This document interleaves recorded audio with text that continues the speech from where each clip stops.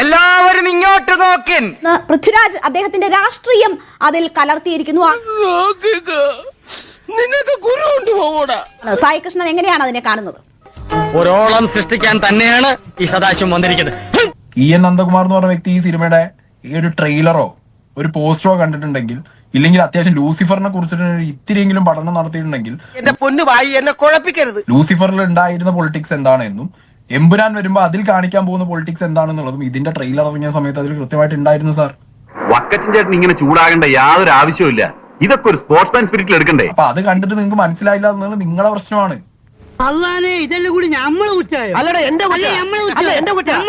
അല്ലാതെ നിങ്ങൾ സിനിമ ഇറങ്ങി എല്ലാം കഴിഞ്ഞ് അതിൽ രാഷ്ട്രീയം പറയുന്നുണ്ട്, അതിൽ ഞങ്ങളെ പറയുന്നുണ്ട് എന്ന് പറഞ്ഞിട്ട് അങ്ങനെയല്ല മാധവ.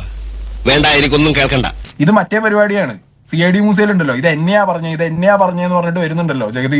ഇത് എന്നെ ഉദ്ദേശാണ്, എന്നെ തന്നെ ഉദ്ദേശാണ്, എന്നെ മാത്രം ഉദ്ദേശാണ്. നോർത്ത് നിന്നൊക്കെ പ്രൊപ്പഗണ്ട മൂവി ഇവിടെ ഇറക്കി വിടുന്ന സമയത്ത് ഇതേ സംഘപരിവാർ ബെൽറ്റുകൾ പറഞ്ഞിരുന്നത് എന്താ?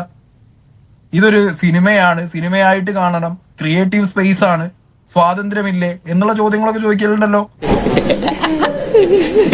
നോർത്ത് നിന്ന് വരുന്ന പ്രൊപ്പഗണ്ട സിനിമകൾക്ക് നിങ്ങൾക്ക് അങ്ങനെ ഒരു വർത്താനം, ഇവിടുന്ന് നമ്മളൊരു പ്രൊഡക്റ്റ് വരുന്ന സമയത്ത് അതിനകത്ത് ഇതേപോലെ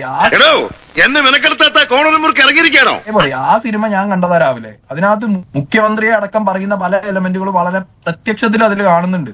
അതിനോട് എന്ത് പ്രസക്തി ഉണ്ട്? അവർക്ക് ആർക്കും ഇല്ലാത്തൊരു ഒരു അസഹിഷ്ണുതയുടെ ഫേസ് എന്തിനാണ് സംഘപരിവാറിന് വരുന്നത്? ഇതെന്ത് ന്യായമാണ്? ഇതിലെവിടെ നീതി? എന്തിനാണ് ഇവിടുത്തെ നേതാക്കന്മാർക്ക് ഇത്ര പൊള്ളുന്നത്? പൃഥ്വിരാജിന്റെ നട്ടല്ലെണ്ണൻ ഇവരൊക്കെ ആരാ? ഇത് പറയാൻ ഒരു ഇന്ത്യൻ പൗരന് അവകാശമുള്ള പട്ടിപ്പന്നികളായി. ഈ പറഞ്ഞ പോലെ ഇതേ സർക്കാർ, ഇതേ സെൻട്രൽ ഗവൺമെന്റ് അടിയിലുള്ള സെൻസർ ബോർഡാണല്ലോ. കൊണ്ടുപോയി സെൻസർ ചെയ്യുന്ന സമയത്ത് എന്തുകൊണ്ട് പറഞ്ഞില്ല, തടഞ്ഞില്ല? മാന്യതയുടെ മുഖം മൂടി അണിഞ്ഞ ചില ആളുകളാണ് കുറ്റവാളികളെന്ന് ഞങ്ങൾ മനസ്സിലാക്കി.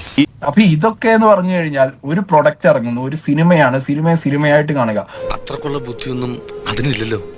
പലരുടെ പേജിലും ഇന്ന് അതാ കാണുന്നത്, ബുക്കിംഗ് ക്യാൻസൽഡ്, ഞങ്ങളിത് കാണില്ല. അതുകൊണ്ടാ ഞാൻ പറയുന്നത് ഈ ചെറ്റകളെ ഒതുക്കി നിർത്തണം. രാജ്യസ്നേഹമുള്ളവർ ആരും ഇത് കാണില്ല.